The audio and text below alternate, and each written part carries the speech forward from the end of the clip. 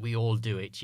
Again, if you look at most retailers' websites, there'll be a section on EV, etc. But I think we probably need to go further now and look at, exactly what do customers want to know?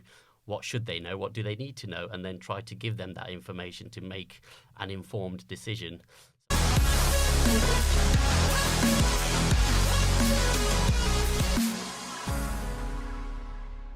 Hi guys, welcome back to the Armchair Show. I'm your moderator, Mark Ellis, and I'm joined today by three very special guests who immediately I'm going to ask to introduce themselves. So, Shaq, you'll go first.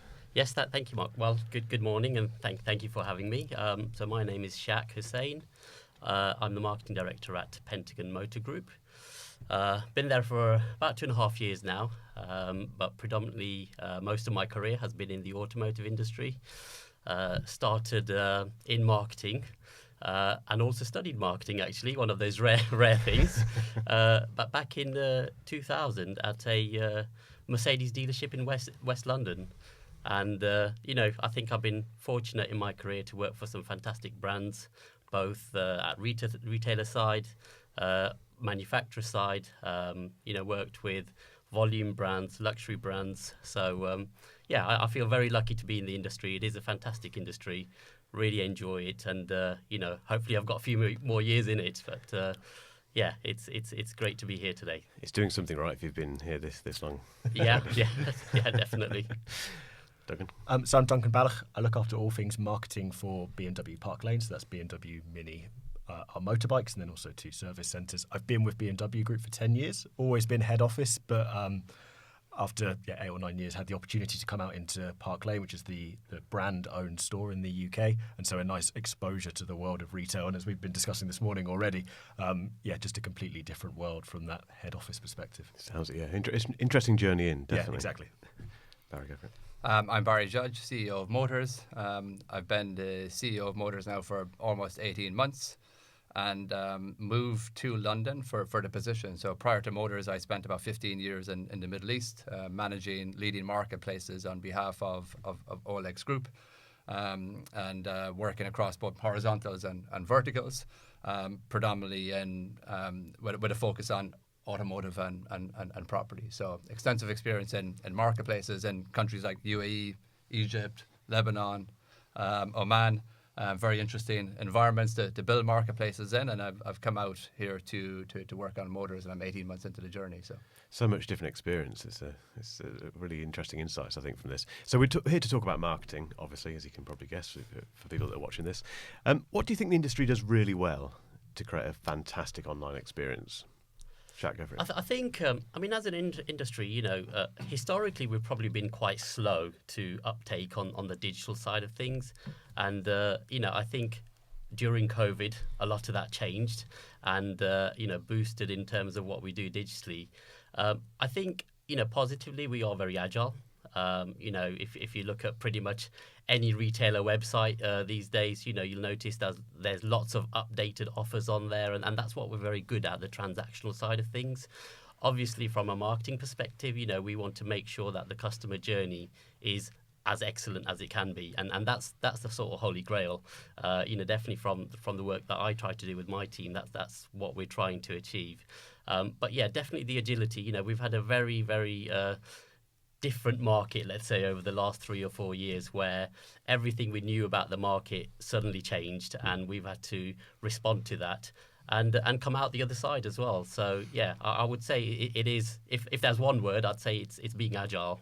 Yeah. What do you think, Duncan? Yeah, I'd echo the sentiment in terms of the change. It's been, as it continues to be, a radical period of change for the automotive sector. I think one of the things we're really good at as an industry, and I think maybe doesn't exist in other products, is the bridge between digital and sort of quite a personal approach. It doesn't take long while you're going down a digital journey before you're in contact with a person, and a real person, and sort of communicating with them, and then they're going through the sort of the process with you. And I don't think there's many sectors where that's the case, having that really nice hybrid between people and digital. And it's one of the things I think that we're trying to close the gap with, is how we take that people element into our digital steps more and more so, and just make that process even more personable, and have that opportunity to actually offer that level of service that maybe you don't get to have for a purely digital journey. So yeah, I think that hybrid's really important. Like you say, I suppose this industry is unusual, if that's the right word for this, where like you say, you do flip between in-person communication with the brand and purely on your laptop or your phone or whatever it might be. From your position, Barry, does it do that well, do you think? Yeah, I think marketplaces are kind of in a unique position in the sense that if you go back, pre-COVID, that inability to embrace the digital space from a retailer perspective means that marketplaces were quite quick to be able to capitalize on that. And I think as a result of that kind of speed, they were able to become almost an indispensable kind of partner to retailers in terms of driving leads, quality leads and volumes from a lead perspective. And I think that marketplaces are unique in that they have, I would say, they have this network effect, both from the supply and the demand side, whereby as a customer who's not entirely sure what they're looking for, but still knows they're in the market, a marketplace can have hundreds of thousands of listings, and it can be categorized quite well to help them really understand, digest the information they need in order to make a informed decision on a car, and they have that depth and that breadth of variety, and then because you have so much content, that tends to attract a lot of users, and there you have very strong flywheel that kind of propels marketplaces forward, and which is the reason why they become such a strong kind of player in the market for retailers. So I think that the challenge at the start for marketplaces is always around how do you kind of aggregate that content quite quickly, and how do you start to get the supply and demand and balance that supply and demand and continue to grow it over time so that you're able to service both sides of that marketplace. In terms of, there can always be improvements to this, can't there? It's never changes, does it at all? Again, from a marketing perspective, what do you think the industry could do better? So are there any, as kind of Barry explained that process, then are there any kind of areas within that chain of buying and that buying experience, the buyer journey, that could be better, do you think, or that you might have experienced yourselves, Shep? I think so, yes. As you said, there's always improvements that can be made. I think, as I said, we were very good to transform during COVID and really pick up that technology side of the business where we really need to continue to sell, because nothing was open, but we still had to trade. I think now it's more around, if you look at the EV side of things, with electric vehicles, there's probably still a big job to do in terms of education, talking to potential buyers about EVs. And I think we all do it, again, if you look at most retailers' websites, there'll be a section on EV, etc. But I think we probably need to go further now and look at, exactly what do customers want to know? What should they know? What do they need to know? And then try to give them that information to make an informed decision. So I think those are the areas definitely where I sit today we need to focus a bit more on and utilize the technology as well. We've got lots of different apps where, you can look at where your charges are, which journeys you need to take. And I think it's utilizing some of that information and trying to actually get it across to customers that, hey, the transition isn't as difficult as you think it might be. It's a lot easier, even though you hear so much, in the news, in the press, whether it's political, etc. So I think that's an area definitely that we can make improvements on. Like you said, the data's there, isn't it? And the apps are there. Everything is there. The tech is there. But what do you think is kind of preventing you from leveraging it fully at the moment? I think understanding of it, some of it, there's so much out there, actually. It's almost kind of which bits do we take that will make sense and not frighten the customer, because there's so much. And I think it's making the right selections as well. So, yeah. And I think also, as much as, we think we've been selling EVs for a long time, it's still actually very new. And, it's only now really where a lot of the manufacturers are obviously starting to focus a lot more on EV vehicles and, lots of targets, etc. So I think it's, a number of those factors, to be fair. Is EV playing the biggest role in this kind of causing challenges? Is that what you're finding? I think what we found is that initial cold reception to EV, perhaps naturally being where our showroom is located, being in the centre of London, the EV conversation is actually a little bit quicker to happen, I think, maybe than it would be elsewhere in the country.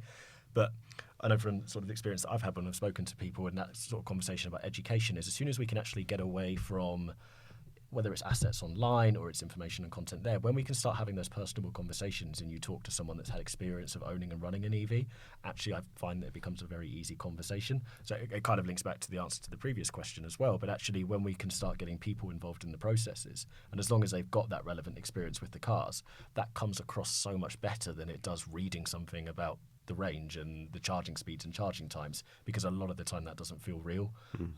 The first question we answer on a petrol or a diesel car isn't what the range is on it, and yet for some reason that's the first thing we start talking about on an EV. And so it's trying to get away, I think, from those conversations maybe that we've been having for the past 2 or 3 years and start treating them as any one of our normal products to an extent, and having those personable conversations. And on that note, do you think the EV thing has influenced the questions that you're getting about regular petrol and diesel cars? Is that different again, Duncan? I mean, probably to an extent in terms of where we are in terms of ULEZ, congestion charge, and sort of the running costs maybe associated with them, and actually that sort of then tends to favour the EV more often than not, and especially when then you're talking about corporate and company buyers as well. But yeah, the questions we get about non-EVs hasn't necessarily changed too much. It's more just actually that when you start to look at the numbers, the EV becomes more and more favourable. From your point of view, Barry, working with multiple dealers, what do you think the industry could do better with them from a marketing perspective? No, look, I think Duncan's point is quite valid in terms of those face-to-face conversations that you're having. I think there's an opportunity there when you're with the customer to be able to you're educating them through the process and the decision. And I think that where marketplaces have an advantage on the overwhelming majority of supply and demand, it's certainly disadvantaged in terms of those face-to-face conversations. And it becomes a little bit harder for us in terms of to create that education because you're expecting a consumer to digest a copious amounts of content online, which becomes quite difficult, whereas face-to-face you can answer questions directly and you can give that level of comfort. So, and I think that is quite advantageous. But I think from a marketplace perspective, there's certainly a lot that we can do better. If you look at marketplaces in number 1, number 2 positions around the world, whether you're talking about automotive industry, property industry, they fundamentally haven't changed much in the last 15, 20 years. It's still very much the same kind of user experience, right, that you're witnessing. And one of the areas that I really admire in terms of the advances it's made and where we can kind of learn from is in the dating industry, where you've gone from not just trying to connect two people and allowing them to kind of decide for themselves whether they like each other. You've moved towards matching two people based on kind of really understanding their profile and their history and saying, well, you might not see it, but we actually think you're a perfect match. And if you think of the automotive industry in a way that each car is kind of unique in some way, and yes, like, you know, they might look the same, but, you know, they have different story behind them. They're like, you know, nuances and chinks and just it has a uniqueness to it. And therefore, I actually think there's a role for marketplaces to be able to move into that matching space and to really understand the needs of the consumer. To a point where you're able to match them to a car and move through the process of education quite quickly into the kind of sale quite quickly, and I think that matching is quite exciting. And I don't think marketplaces have kind of taken that evolutionary step yet. No, I'm just trying to imagine a car doing swiping left and right. It's not quite the same. That's where I thought you were going. I'll be honest. I'm waiting for the next car buying app where you have to swipe left and right. I was thinking more of the sophistication behind the technology than the swiping left or right. You've kind of preempted my next question, though, Barry, because the great thing about marketing is that you can be inspired by other forms of marketing, can't you? Whether or not it's in your own industry or you see something elsewhere from your own experiences or just watching stuff online. Can you think of, I'm going to put you on the spot now, can you think of any recent, well, it doesn't have to be recent at all, but a particular website experience, whether it be a buyer journey or just a marketing campaign that you've seen that has really stuck in your mind and perhaps inspired you to do something with your own businesses? Who wants to go first? Yeah, I mean, I'm going to go with the cliche of Apple, actually, because I love Apple products and I love the design, etc. But just a journey, you know, you go onto an Apple website, you kind of know exactly where to go for what you need. And it's quick, it's efficient, it's beautifully presented. You know, I wish there were lots more automotive websites like that. You know, I think there are a few, but not that many. And that's kind of, as a consumer, that's what I like to see.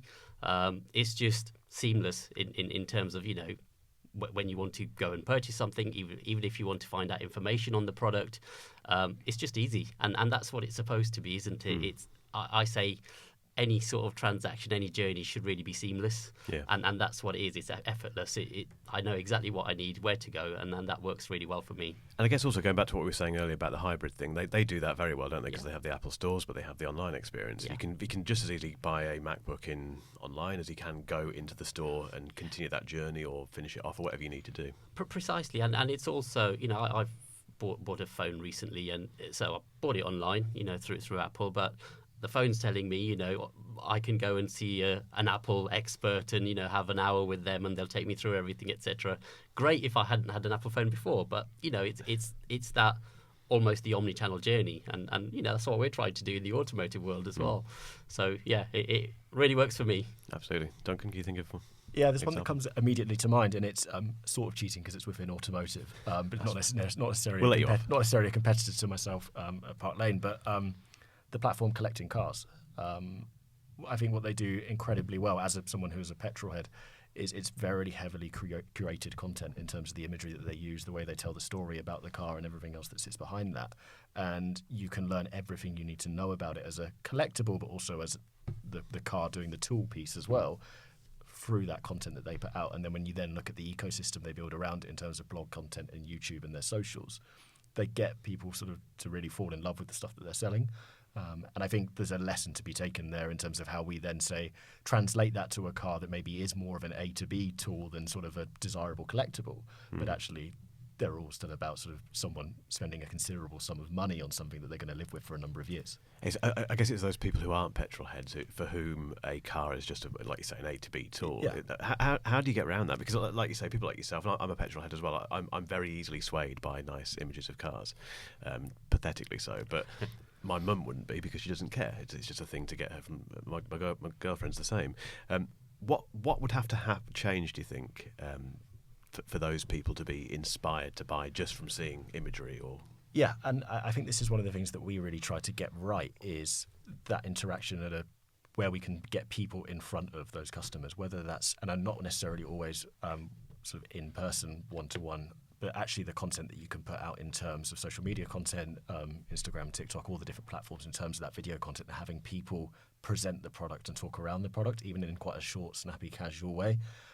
If you look at the success that, say, CarWow have seen with Matt Watson doing the presenting of the cars and sort of the YouTube content that they produce around it, fundamentally that's just a car selling platform, but they've absolutely nailed the YouTube element to it, and it puts a person in front of it so that it makes it more approachable and understandable. And exactly right, for those products, as a petrol head, they're quite interesting pieces of content because it's nice to see about the cars and learn about them. But as someone who's looking at it as a consumer product, actually it does a really great job of explaining the product and the content and the comparisons as well. And so I think that's sort of a really great example of how that can be done. Definitely, yeah, I agree. Barry, what's inspired you? So I'm going to go back to matching. My wife is going to be listening to this, and she's going to be thinking, why on earth does he keep talking about online dating? What is he doing in the side and work? But no, I'm kind of, for me, really inspired, intrigued by a lot of the new technologies, and we see in the US a lot of the marketplaces starting to play with advanced technologies and moving towards matching, right? Where that kind of traditional search has been replaced with asking several questions in order to narrow down what might be the ideal car for that particular user. And I've seen that play out on a few industries, and I actually find the recruitment industry is also quite exciting, where I've seen a startup that is crunching enormous amounts of data and making recommendations in terms of what are the career choices you have moving forward. So based on education and your experience to date and your competencies, it's able to model you against other individuals with similar types of backgrounds and start to make recommendations in terms of what roles might suit your background. So again, moving towards that matching of a future career based on what other individuals with similar types of competencies, experience have done. And I find that quite exciting, because you always think of your career in terms of quite a linear process, and you think, well, how do I go from here to there? And now all of a sudden you have a company that can give you ideas in terms of how that would happen, and opens up doors that you didn't think existed. And so I really think that looking at some of these marketplaces outside the automotive industry, but in recruitment or dating and there's in health and care, etc. There's a lot that's happening in these marketplaces where I think that the fundamental technologies behind them, what's driving the success of them, that can be ported into the automotive industry and used to kind of drive it forward. I guess the challenge with that is it can be quite overwhelming, can't it? The amount of tech we've got to work with, but particularly from a marketing perspective. With that in mind, what do you think dealers should focus on over the next 12 months? Shaq? What in terms of a marketing campaign or just a strategy, just to give them some focus rather than thinking there's all this cool stuff. We haven't even spoken about AI yet because we'll be here until Thursday. But what can they? What should they focus on for the next 12 months? Well, for me, it is, the customer journey. So rather than a campaign, the strategy is about the customer journey and the customer experience. And, we can talk all about sales numbers, etc. But if you get that journey right and if you get the customer experience right, hopefully the rest of it will follow. So I'd say that is the challenge. And, are we perfect at everything? Probably not. But, we're striving to get there. The customer landscape is changing as well. You've got different demographics of customer. We were having a chat about that earlier on today as well, especially with some of the younger consumers now. So I think, it is, as simple as that, I think, in my head at least, give an excellent customer service, give an excellent customer experience, and they will come back. And that's kind of what I try and focus on, to be fair. That's reassuring, isn't it? It's not too complicated, really. No. Duncan, what would you recommend? Well, it's reassuring to hear I'm not going in the completely wrong direction, because that's actually probably a lot of our focus over the next 12 months as well. Ours is primarily focused, so we're pretty confident we know how to do the selling the car bit well. The main focus for us at the moment, and a lot of the work that we're doing, is getting that bit right from the point of purchase through to, say, 3-4 years down the line, giving that customer sort of kind of a harsh way to put it, no reason to go anywhere else, either to buy the same brand or to go to a different brand. And so a lot of the work we're doing is, how do we make that customer feel valued? How do we make them feel like they're getting that personal experience in a world where we've got a database of sort of 15,000 plus customers and giving every single one that personal experience. And so that's a lot of the work that we're doing at the moment. And I think any business or any organisation, if they can nail that retention piece of the business, naturally they'll also probably fix the sort of the prospect and the new leads coming into the business as well. Yeah, it should naturally all kind of flows back Exactly, to that start, yeah. doesn't it? Definitely. Barry, what should people focus on from a marketing perspective this year? So I kind of agree with Shaq and Duncan in terms of, when I think about at a kind of core, what we're talking about is making sure we do the basics, and we do the basics really, really well. But I also think that, to be able to embrace more innovative ways around marketing requires giving teams that bandwidth to kind of experiment, to trial, to kind of get things wrong, and to kind of find their feet in terms of what is working. I think that is not always easy in business, because we're constantly chasing targets. We're constantly assessed based on those targets, and sometimes it doesn't create that forum for experimenting and for trial. So I think that trying to carve out that space is quite important. For us in Motors, we've just gone through a rebrand where we've moved from eBay Motors Group to Motors, and again, it's very much about the basics. So right now, nothing changes. A lot changes and nothing changes, and that, yes, our visual identity changes, but we're working hard on those basics to be able to continue to work with dealers to ingest their content, make sure their content is represented based on how they want it represented, and then to be able to surface that content to consumers and to connect those consumers through to dealers quite quickly. We've invested into, I would say, our product, our technology to make sure that it becomes a lot more kind of seamless in terms of how that content flows through our network and how those leads come back to our dealers. And then I would say Motors has a history whereby it was bought or sold as part of eBay Group on a couple of occasions in quick succession. So as a result of a lot of that team being focused on, the changes from one owning company to another, and then again, I would say that there are areas that we can improve on quite quickly. So one of those areas is in terms of our app, where we deprecated our app I think just about 18 months ago, and we're now developing a new app to launch in early quarter one, early next year. And And I think that will open us up to kind of stronger possibilities around bottom of the funnel. It will also open ourselves up to become, I would say, maybe app mobile foremost, whereby we can start to invest more in technologies that move us towards more sophisticated search. Hopefully, one day towards matching, and then also in terms of the CRM space, and we know that once an individual is in the market looking for the car, there's a finite time, and so the ability to be able to engage with them, to educate them, to walk them down that path towards the right decision, and then to pass them over to a dealer for those face-to-face interactions will be quite important to us. So. I think whoever's watching or listening to this now will be furiously scribbling down notes. We might have to give them a break now, just because there's been so much good advice there. Guys, we could literally carry on talking about this for a long time now, but we do have to wrap things up. So thank you so much for coming to the studio. Thank you. It's been good to chat. I'm sure we'll do the same thing in the not too distant future. Thank you very much. Cheers, guys. Cheers. Thank you. That wraps up another episode of The Armchair Show. Don't forget to like and subscribe if you've enjoyed what you've heard today. And if you've got any burning questions or topics you'd like us to cover next time, just drop us a comment.